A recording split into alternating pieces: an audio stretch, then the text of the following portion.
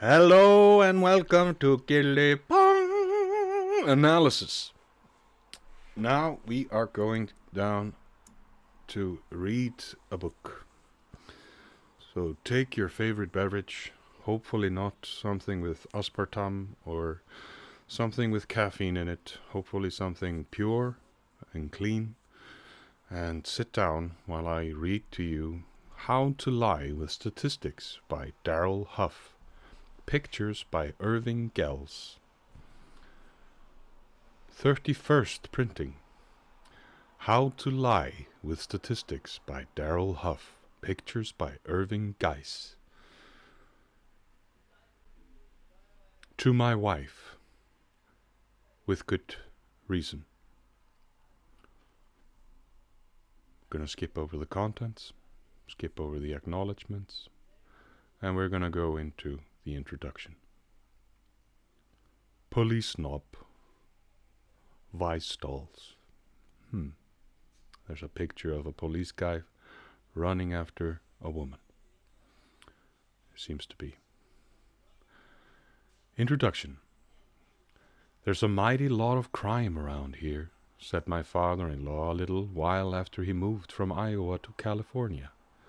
And so there was in the newspaper he read. It is one that overlooks no crime in its own area and has been known to give more attention to an Iowa murder than was given by the principal daily in the region in which it took place. My father-in-law's conclusion was statistical in an informal way. It was based on a sample, remarkably biased one. Like many, a more sophisticated statistic, it was guilty at semi-attachment. It assumed that newspaper space given to crime reporting is a measure of crime rate. A few winters ago, a dozen investigators independently reported figures on antihistamine pills. Each showed that a considerable percentage of colds cleared up after treatment. A great fuss ensued, at least in the advertisements, and a medical product boom was on. It was based on an eternally springing hope, and also on a curious refusal to look past the statistics to a fact that has been known for a long time. As Henry G. Felsen, a humorist, and a medical authority, pointed out quite a while ago, proper treatment will cure a cold in 7 days. But left to itself, a cold will hang on for a week. So it is with much that you read and hear. I'm losing my composure here. Excuse me. Let's start with the paragraph again. So it is with much that you read and hear. Averages and relationships and trends and graphs are not always what they seem.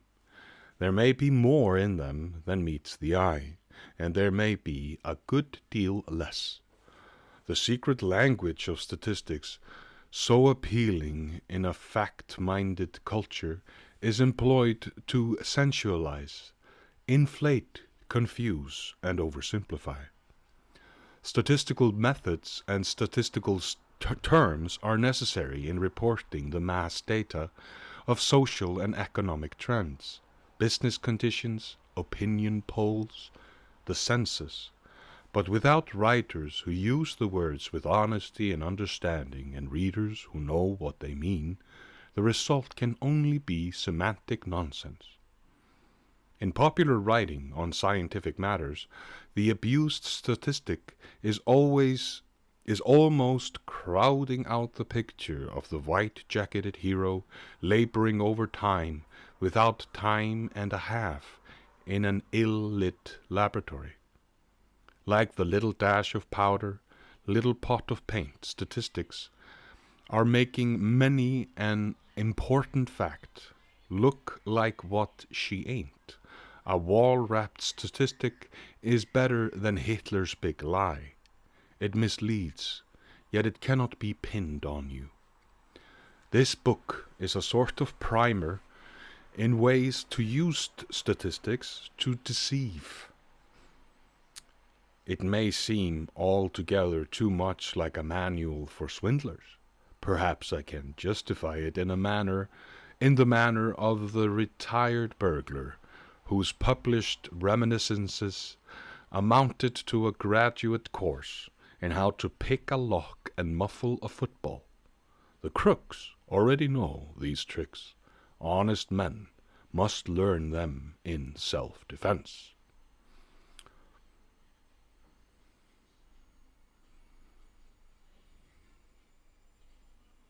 Chapter 1. The Sample with a Built-in Bias. The average Yale man, class of 24, Time magazine noted once, commenting on something in the New York Sun, makes $25,111 a year. Well, good for him. But, wait a minute. What does this impressive figure mean? Is it as it appears to be?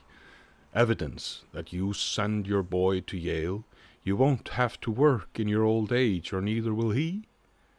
Two things about the figures stand out at first suspicious glance. It is surprisingly precise. It is quite improbably salubrious. There's small likelihood that the average income of an far-flung group is ever going to be known down to the dollar. It is not particularly probable that you know your own income for this last year so precisely as that, unless it was all derived from salary, and $25,000 incomes are not often all salary. People in that bracket are likely to have well-scattered investments. Furthermore, this lovely average is undoubtedly calculated from the amounts the Yale men said they earned. Even if they had the honor system in New Haven in the year 24, we cannot be sure that it works so well, after a quarter of a century, that all these reports are honest ones. Some people, when asked their incomes, exaggerate out of vanity or optimism. Others minimize. Especially, it is to be feared, on income tax returns, and having done this may hesitate to contradict themselves on any other paper. Who knows what the revenues may be? Who knows what the revenuers may see? It is possible that these two tendencies, to boast and to understate, cancel each other out, but it is unlikely.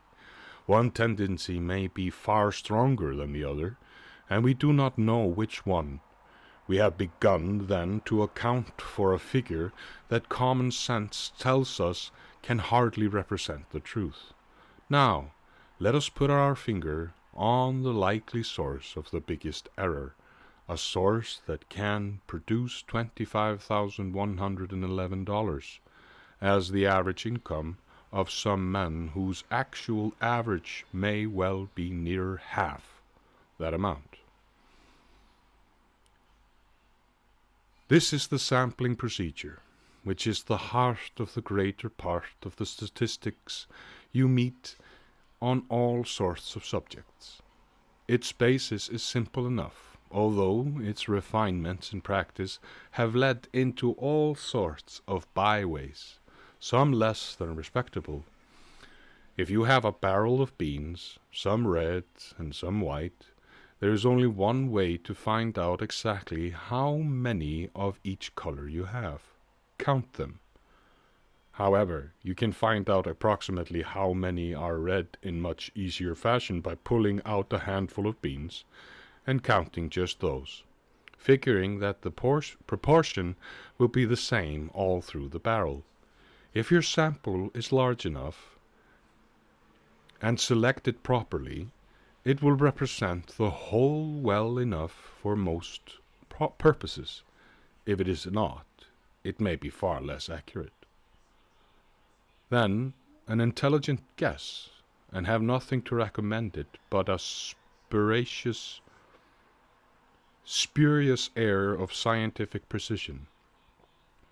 It is sad truth that conclusions from such samples, biased or too small or both, lie behind much of what we read or think we know. The report on the Yale men comes from a sample. We can be pretty sure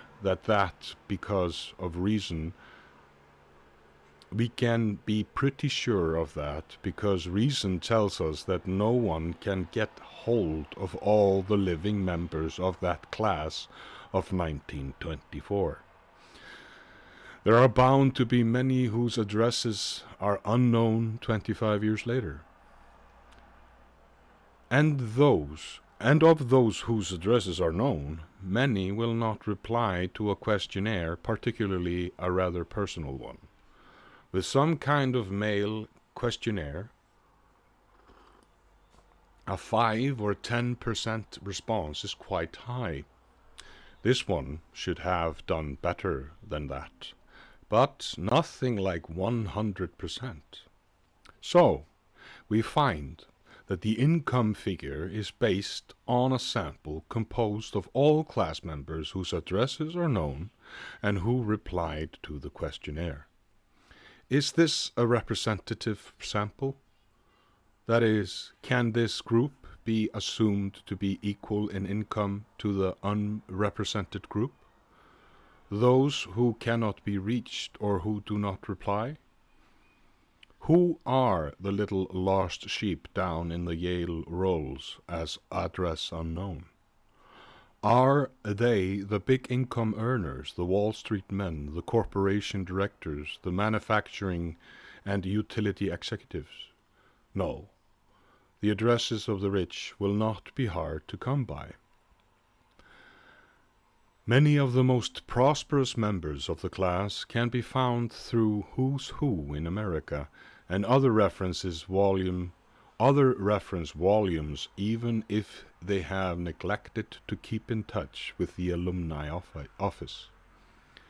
It is a good guess that the lost names are those of the men who, 25 years or so after becoming Yale Bachelors of Art, have not fulfilled any shining promise.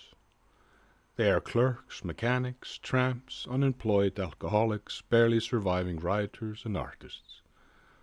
People whom it would take half a dozen or more to add up to an income of 25,111.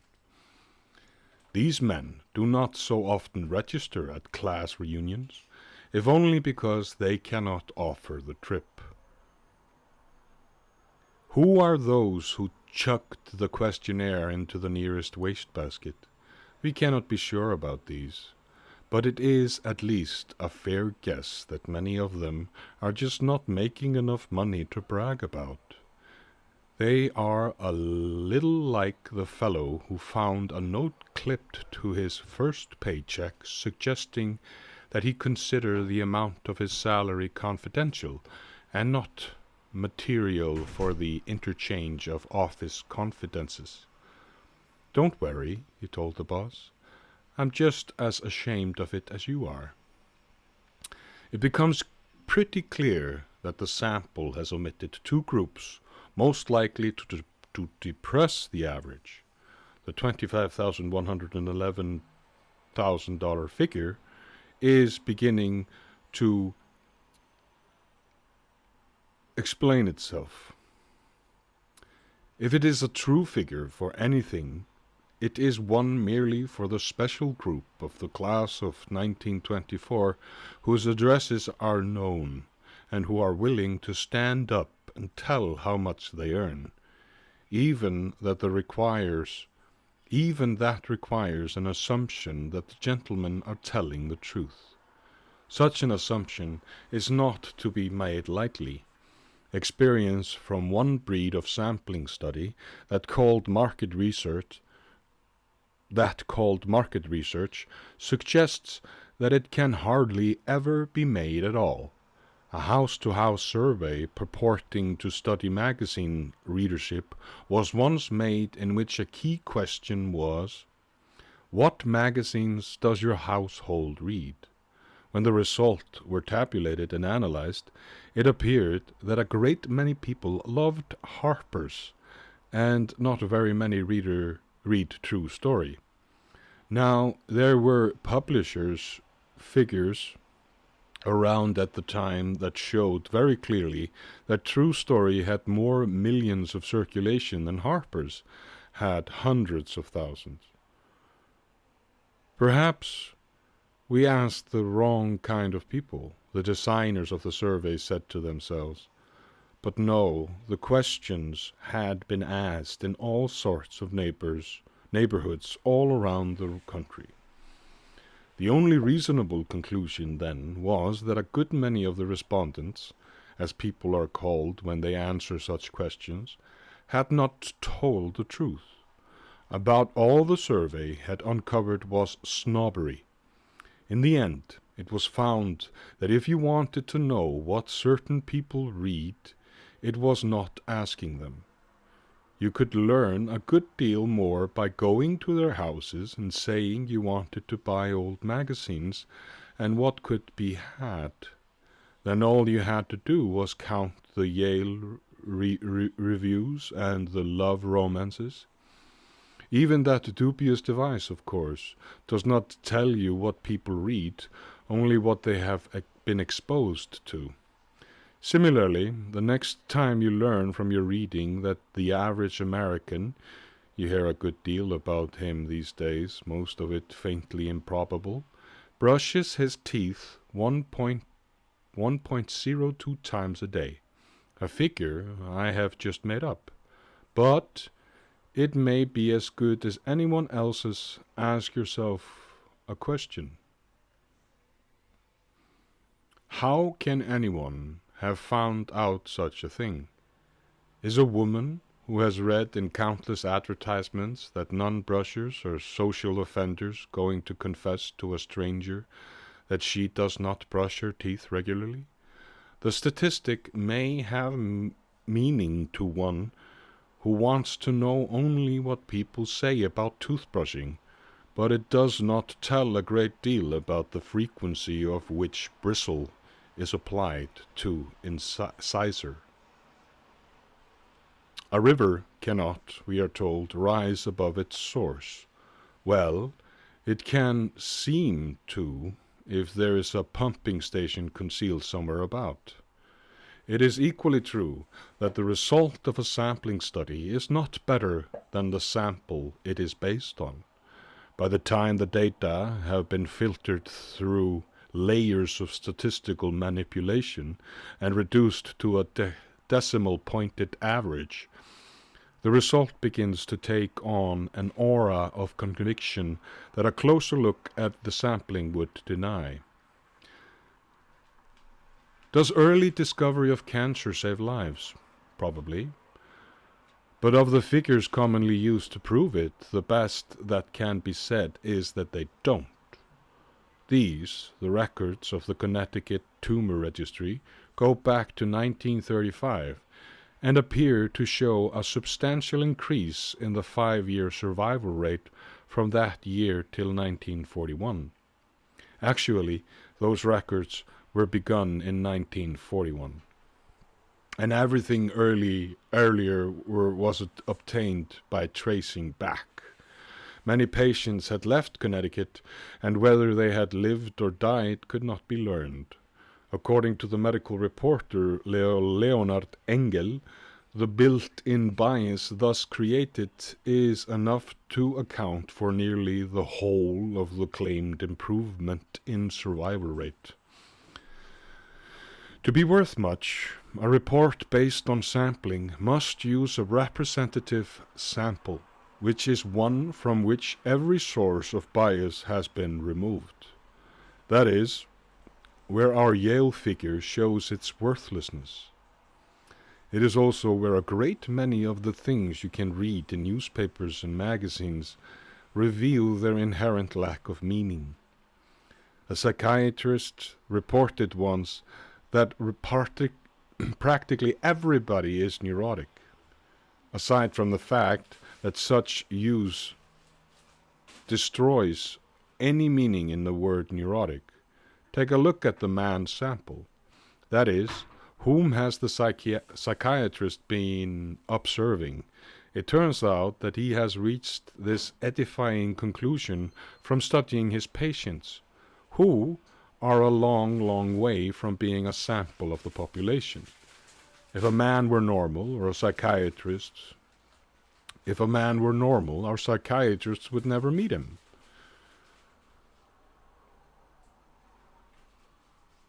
Give that kind of second look to the things you read, and you can avoid learning a whole lot of things that are not so. It is worth keeping in mind, also, that the dependability of a sample can be destroyed just as easily by invisible sources of bias as by these invisible ones.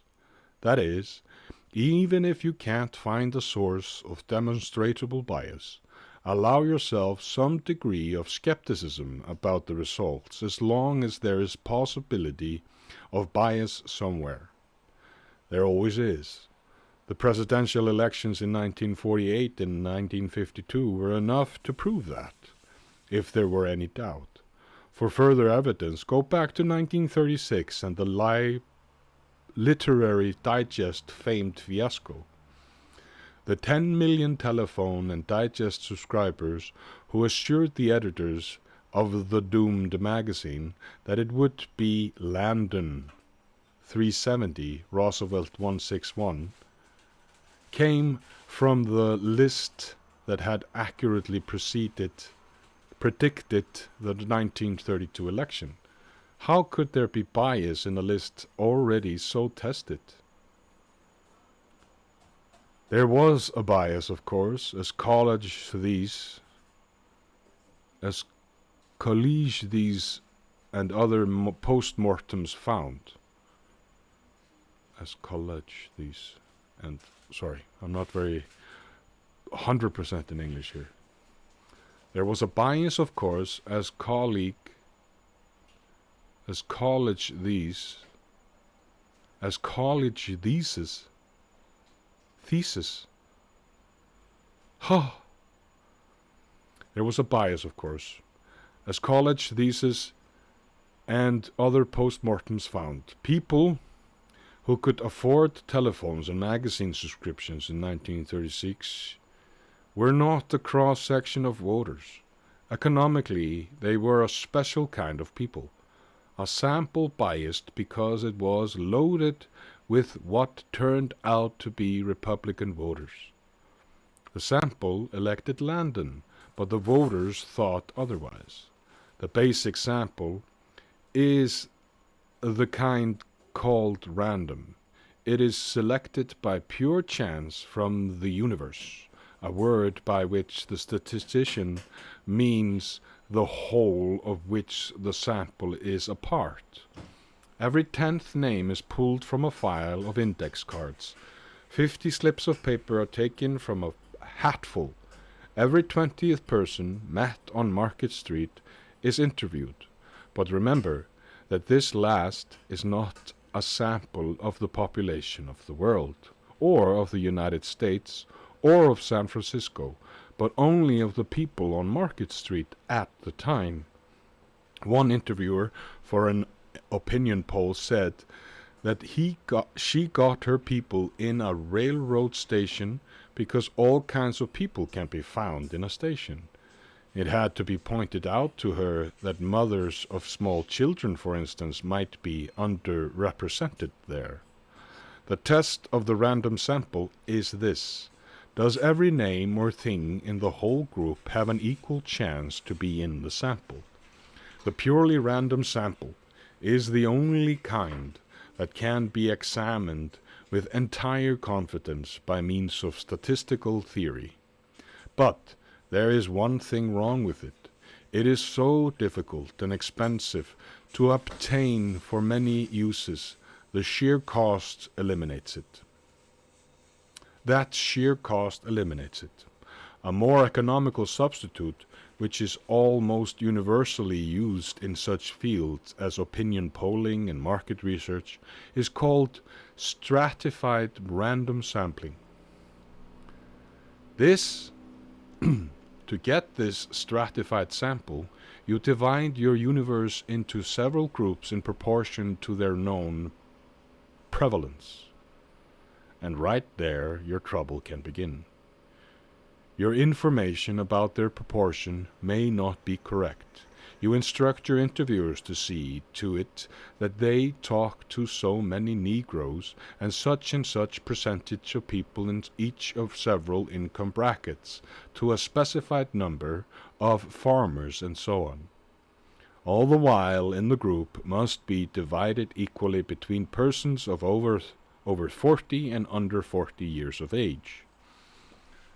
That sounds fine, but what happens? On the question of or white, the interviewer will judge correctly most of the time. And income, he will make more mistakes. As to farmers, how do you classify a man who farms part-time and works in the city too? Even the question of age can pose some problems, which are most easily settled by choosing only respondents who obviously are well under or well over 40. In that case, the sample will be biased by the virtual absence of the late 30s and early 40s age groups. You can't win. On top of all this, how do you get a random sample within the stratification? The obvious thing is to start with a list of everybody and go after names chosen from it at random. But that is too expensive. So you go into the streets and bias your sample against stay-at-homes. You go from door to door by day and miss most of the employed people. You switch to evening interviews and neglect the moviegoers and nightclubbers. The operation of a poll comes down in the end to a running battle against sources of bias. And this battle is conducted all the time by all the reputable polling organizations. What the reader of the reports must remember is that the battle is never won. No conclusion that 67% of American people are against something or other should be read without the lingering question, 67% of which American people? So, with Dr. Alfred C. Kinsey, Female Volume, the problem, as with anything based on sampling, is how to read it, or a popular summary of it, without learning too much that is not necessarily so. There are at least 3 levels of sampling involved. Dr. Kinsey's samples of the population, 1 level, are far from random ones, and may not be particularly representative. But they are enormous samples by comparison with anything done in his field before, and his figures must be accepted as revealing and important, if not necessarily on the nose. It is possibly more important to remember that any questionnaire is only a sample, another level of the possible questions, and that the answer the lady gives is no more than a sample, 3rd level, of her attitudes and experiences on each question. The kind of people who make up the interviewing staff can shade the result in an interesting fashion. Some years ago, during the war, the National Opinion Resource Center sent out 2 staffs of interviewers to ask 3 questions of 500 in southern city. White interviewers made up 1 staff, the other. One question was, would be treated better Or worse, here if the Japanese conquered the USA. Interviewers reported that 9% of those they asked said better. White interviewers found only 2% of such responses. And while interviewers found only 25% who thought would be treated worse. White interviewers turned up 45%. When Nazis was substituted for Japanese in the questions, the results were similar. The third question probed attitudes that might be based on feelings revealed by the first two. Do you think it is more important to concentrate on beating the Axis or to make democracy work better here at home? Beat Axis was the reply of 39%, according to the interviewers, of 62%, according to the white. Here is bias introduced by unknown factors. It seems likely that the most effective factor was a tendency that must always be allowed for in reading poll results, a desire to give a pleasing answer.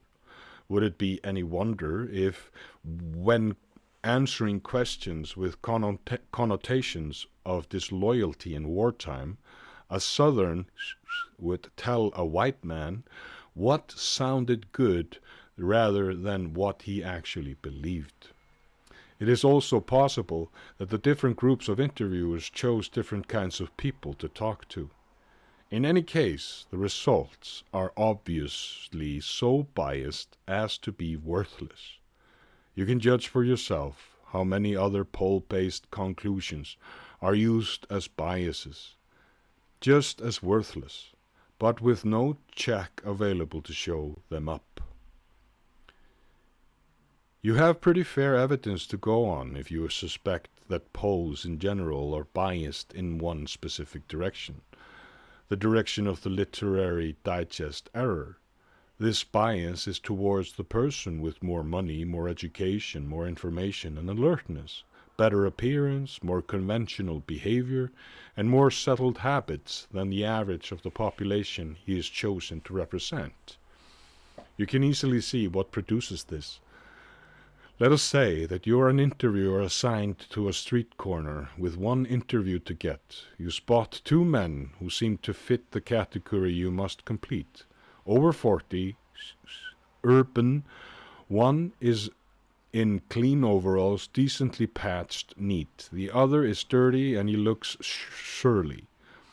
With a job to get done, you approach the more likely-looking fellow, and your colleagues all over the country are making similar decisions.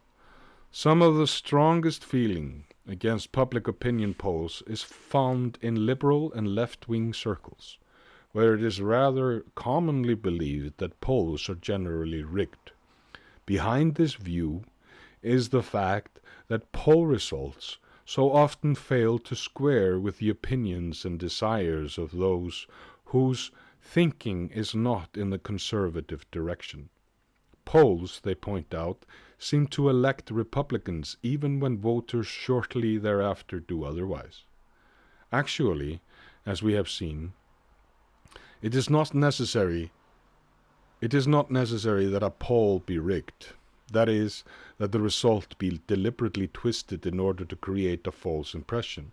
The tendency of the sample to be biased in this consistent direction can rig it automatically. This has been Chapter 1 of How to Lie with Statistics. Thank you so much for joining me. Have the most beautiful present moment. It's time to shine. So, let's glow.